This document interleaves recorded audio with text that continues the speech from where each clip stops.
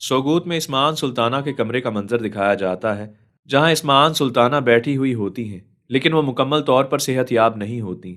इसी दौरान बेंजी खातून बगैर इजाज़त लिए उस दरवाजे को खोलकर अंदर दाखिल हो जाती हैं और बाला खातून का नाम चिल्लाने लगती हैं। इस्मान सुल्ताना कहती हैं कि बेंजी खातून, आप बगैर इजाज़त कमरे के अंदर क्यों दाखिल हुई हैं? आपको इजाज़त लेकर अंदर दाखिल होना चाहिए था। फिर बेंजी खातून इस्मान सुल्ताना को बताती हैं कि ये पूरी चाल थी। बाला खातून और मलहन खातून ने मिलकर आपके खिलाफ चाल चली है, जबकि वो एक साथ मिलकर काम कर रही हैं। आपको सेहत के हवाले से परेशानी का सामना भी इसीलिए करना पड़ रहा है क्योंकि बाला खातून आपकी मोहर चुराना चाहती थी। इस्मान सुल्ताना ये बात सुनते ही मोहर ढूंढने लगती हैं, तो उनको मोहर नहीं मिलती, जिससे ये बात वाज़िया हो जाती है कि बाला खातून किस अज़म से आई थी और उन्होंने इस्मान सुल्ताना की मोहर चुरा ली है। इस्मान सुल्ताना वहाँ पर मौजूद तमाम तर लोगों को कहती हैं कि उस गुस्ताख बाला खातून को ढूंढकर अभी इसी वक्त मेरे सामने पेश किया जाए। आवची, जो कि दौड़ता हुआ बाहर की जानिब जाता है और बेंजी खातून भी उसके पीछे पीछे होती हैं, बाला खातून अपना घोड़ा दौड़ाते हुए वहां से चली जाती हैं। इतने में बेंजी खातून और आवची भी पीछे पीछे होते हैं और बेंजी खातून चिल्लाते हुए कहती हैं कि बाला खातून को गिरफ्तार करके दोबारा इस्मान सुल्ताना के पास लेकर आया जाए। दूसरी तरफ जंगल का वही मंजर दिखाया जाता है जहां मंगोल कमांडर समागर की गर्दन काट दी जाती है। उस्मान साहब अपने सिपाहियों से कहते हैं कि इसका जिस्म कहीं जाकर फेंक दो और इसका सर इसके मालिक को जाकर पकड़ा दो। फिर उस्मान साहब बेअंदर की तरफ देख रहे होते हैं और कहते हैं कि मेरे थोड़ा करीब आओ। बेअंदर हिम्मत करके थोड़ा सा करीब आता है। उस्मान साहब कहते हैं कि थोड़ा और करीब आओ। जैसे ही वो मजीद करीब आता है तो बेअंदर उस्मान साहब से कहता है कि मैं आपसे माफ़ी तलब करता हूँ। मेरे से अगर कोई गलती हो गई है या आपको मेरी कोई बात अच्छी नहीं लगी तो उसके लिए मैं आपसे माफ़ी मांगता हूँ। आपको तो पता है कि मैंने हमेशा आप ही का साथ दिया है। उस्मान साहब उसको गिरेबान से पकड़ लेते हैं और कहते हैं कि तुम्हारे लिए किसी को कत्ल कर देना और उसके बाद माफ़ी मांग लेना एक तिजारत की तरह है, ऐसा ही है ना? फिर उस्मान साहब उसकी पगड़ी के कपड़े को पकड़ते हुए कहते हैं कि अगर तुमने आइंदा जालिमों का साथ दिया तो मैं तुम्हारा सर काट दूंगा।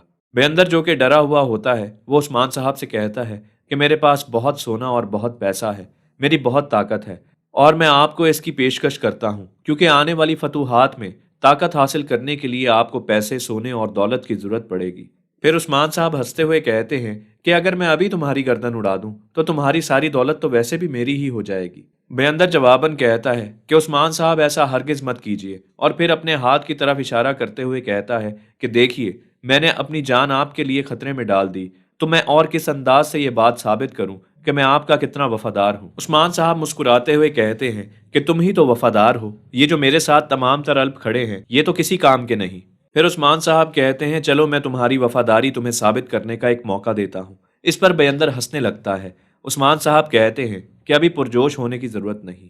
कोनूर अल्प इस्मान सुल्ताना की कैद में है, तुम उसको किसी भी तरीके से वहां से छुड़वा कर मेरे पास लेकर आओ। बेअंदर जवाबन कहता है कि आपको अगर मैं अपनी वफादारी इसी अंदाज से साबित कर सकता हूँ तो मैं ये करने के लिए तैयार हूँ। बहुत जल्द कोनूर अल्प को आपके सामने ला खड़ा करूंगा। उस्मान साहब जवाबन कहते हैं तो अब वक्त ज़ाया मत करो और जाओ इस काम को मुकम्मल करके आओ। फिर बेअंदर अपने उस गद्दार साथी का नाम पुकारते हुए कहता है कि चलो। फिर बेअंदर और उसका गद्दार साथी वहां से चला जाता है। उन दोनों के जाते ही मलहन खातून उरहान बे और अलाउद्दीन बे के साथ अपने सिपाहियों को लिए उस्मान साहब के पास आ जाती हैं। बुरहान अल्प, जो कि ये देख रहे होते हैं कि बाला खातून उनके हमराह मौजूद नहीं, वो उस्मान साहब से कहते हैं कि बाला खातून को गए बहुत वक्त हो गया है, कहीं कुछ बुरा तो नहीं हुआ उनके साथ, क्योंकि वो मलहन खातून के साथ दिखाई नहीं दे रही। मलहन खातून आते ही उस्मान साहब से उनकी खैरियत दरियाफ्त करती हैं। उस्मान साहब कहते हैं कि मैं बिल्कुल ठीक हूँ। उसके बाद जंगल का दूसरा मंजर दिखाया जाता है जहां पर बाला खातून अपने घोड़े को बांध रही होती हैं। इतने में बेंजी खातून अपने सिपाहियों के साथ बाला खातून का पीछा करते हुए वहां तक पहुंच जाती हैं और कहती हैं कि बाला, अब तुम्हारा खेल खत्म हुआ। लेकिन जैसे ही बाला खातून पलटती हैं तो वो बाला खातून नहीं होती बल्कि अलचीचक होती है। बेंजी खातून ये देखकर हैरान हो जाती है कि आखिर अलचीचक ने क्या लिबास पहन रखा है और बाला की जगह अलचीचक यहाँ पर क्या कर रही है। वो गुस्से में अलचीचक से पूछती हैं कि आखिर तुम यहाँ पर क्या कर रही हो और ये तुमने क्या पहन रखा है, तुमने मुझे धोखा देने की कोशिश की है। अलचीचक जवाबन कहती है कि मुझे तो कुछ मालूम ही नहीं, बाला खातून ने मुझे ये पहनने को कहा और मैंने पहन लिया और मैं यहाँ पर आ गई। बेंजी खातून को इस बात का बखूब अंदाजा हो जाता है कि बाला खातून ने बहुत ही जबरदस्त अंदाज में एक चाल चली है जिसमें इस्मान सुल्ताना से मोहर चुराने में भी कामयाब हो गई हैं और उसके साथ साथ मुझे चकमा देने में भी। फिर बेंजी खातून गुस्से में बार बार बाला का नाम चिल्लाना शुरू कर देती हैं। दूसरी तरफ बाला खातून भी खैर आफियत के साथ उस्मान साहब और मलहन खातून के पास जा पहुंचती हैं। वो आते साथ ही उस्मान साहब से खैरियत दरियाफ्त करती हैं। उस्मान साहब जवाब देते हुए बाला खातून से कहते हैं कि मैंने आपके ज़िम्मे एक काम लगाया था, क्या आपने मोहर हासिल कर ली है? बाला खातून जवाबन कहती हैं कि मैंने मोहर हासिल कर ली है, और मोहर उस्मान साहब के हाथ पर रख देती हैं। ये देखकर वहां पर मौजूद तमाम तर लोग खुश हो जाते हैं। उस्मान साहब देखकर माशाअल्लाह बोलते हैं, जबकि मलहन खातून उस्मान साहब से पूछने लगती हैं कि मुझे ये बताइए, इस मोहर के हासिल करने से हमें क्या फ़ायदा होगा? उस्मान साहब जवाबन कहते हैं कि वो तमाम तर किले जो कि हमसे छीन लिए गए हैं, अब वो किले हमारे पास दोबारा आ जाएंगे। बाला खातून और अलाउद्दीन दोनों मिलकर कलूजा हसार किले की जानिब जाएंगे और उस पर कब्जा करेंगे। मलहन खातून और उरहान बे कराचाइसर किला हासिल करेंगे। उसके बाद उस्मान साहब अपना हदफ बताते हैं कि मैं अपने अल्प्स के साथ जाकर बिल्जिक किले को हासिल करूंगा। दूसरी तरफ जंगल का एक मंजर दिखाया जाता है जहां पर बयंदर और उसका गद्दार साथ ही मौजूद होते हैं। बयंदर जो कि दरख्त के साथ टेक लगाए बैठा हुआ होता है और उसका गद्दार साथ ही लकड़ी को गर्म कर रहा होता है ताकि बयंदर के जख्मों को दागा जाए।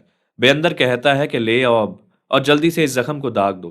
उसका गद्दार साथ ही जवाबन कहता है कि अभी सही से गर्म नहीं हुआ, इसलिए मैं दाग नहीं सकता। फिर बयंदर कहता है कि इसको सही से गर्म करो। फिर उसका गद्दार साथ ही उससे पूछने लगता है कि मुझे ये तो बताइए कि कोनूर अल्प को हम छुपा कर रिहा करने की कोशिश करेंगे या खुल्लम खुल्ला उसको रिहा करके उस्मान साहब के सामने पेश करेंगे।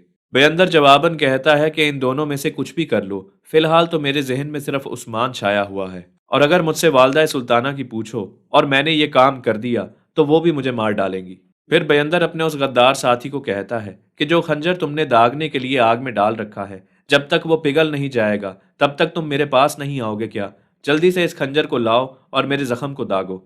जैसे ही वो गद्दार साथी उस जख्म को दागने लगता है तो बयंदर रोक के कहता है कि मैं तुम्हें पहले ही बता दूं कि तुम सिर्फ एक मर्तबा ये काम करोगे। अगर तुमने जख्म को सही से नहीं दागा तो मैं तुम्हारी जान ले लूंगा। फिर जैसे ही वो गद्दार साथी उस जख्म को दागता है तो बयंदर अपनी माँ का नाम पुकारने लगता है और अम्मी अम्मी कहने लगता है और कहता है जितना दर्द मुझे इस मर्तबा हुआ है पहले कभी किसी जख्म पर नहीं हुआ। वो गद्दार साथी बयंदर से पूछता है कि अगर मान लीजिए कि आपने कोनूर अल्प को बचा लिया और उस्मान साहब जब इस्मान सुल्ताना के पास गए और उन्होंने आपका नाम बता दिया कि आपने कोनूर अल्प को छुड़ाकर उस्मान साहब के सामने पेश किया है, तो फिर आप क्या करेंगे? बेअंदर जवाबन कहता है कि तुम एक नंबर के गधे और उल्लू के पट्टे हो। तुम्हारे मुंह से मैंने कभी खैर की बात नहीं सुनी। तुमने जब भी बोला है ऐसा ही कुछ बोला है। क्या तुम ये कहना चाहते हो कि वालदा सुल्ताना मुझे कत्ल कर देंगी? अस्तगफिरुल्लाह, ऐसा कभी भी नहीं होगा। बस हमें तब तक उस्मान साहब का साथ देना है जब तक तमाम तर मुश्किलात दूर नहीं हो जाती। जैसे ही मुश्किलात दूर हो जाएंगी तो तुम और मैं उस्मान साहब से एक तरफ हो जाएंगे। फिर वो गद्दार साथी कहता है कि अगर हमने गलत इंसान का इंतखाब किया तो हमें इसके नुकसानात भी उठाने पड़ सकते हैं। बेअंदर कहता है अस्तगफिरुल्लाह, तुम्हारी बकवास बंद होने का नाम ही नहीं ले रही, लिहाजा यहाँ से दफा हो जाओ।